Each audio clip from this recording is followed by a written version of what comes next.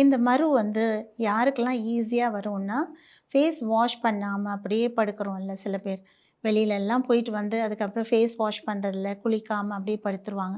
அடுத்த நாள் காலையில தான் குளிப்பாங்க. அந்த மாரி இருக்கும்பொழுது, அந்த காத்துல இருக்கக்கூடிய இந்த சின்ன வைரஸ் இது நம்ம ஸ்கின்ல உட்கார்ந்து அது படரும். அதனால கண்டிப்பா நைட்ல படுக்கிறதுக்கு முன்னாடி நல்லா கிளென்ஸ் பண்ணிட்டு, டோனர் இருந்தா டோனர் யூஸ் பண்ணிட்டு, அதுக்கப்புறம் நீங்க நைட் கிரீம் கூட யூஸ் பண்ணலாம். ஸோ இந்த மாதிரி ஒரு கேர் அதுதான் நைட் ரொட்டீன் அப்படின்னு சொல்லுவோம். அதே மாதிரி காலையிலயும் ஃபேஸ் வாஷ் பண்ணிட்டு, டோனரோ, சீரமோ யூஸ் பண்ணி, அதுக்கும் மேல ஏதாவது டே புரொடெக்ஷன், சன்ஸ்கிரீன் அந்த மாதிரி ஏதாவது யூஸ் பண்ணலாம்.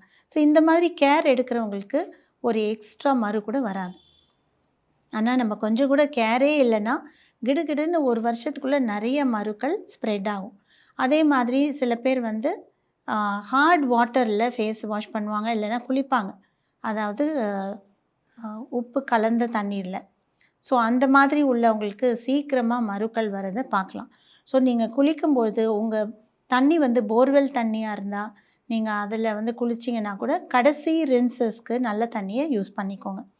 அது especially for the face, neck இந்த மாதிரி ஏரியாஸ்க்கு நல்ல தண்ணீல ஃபேஸ் வாஷ் பண்ணுங்க. அப்பதான் உங்களுக்கு வந்து இந்த மருக்கள் அதிகமாகாம இருக்கும்.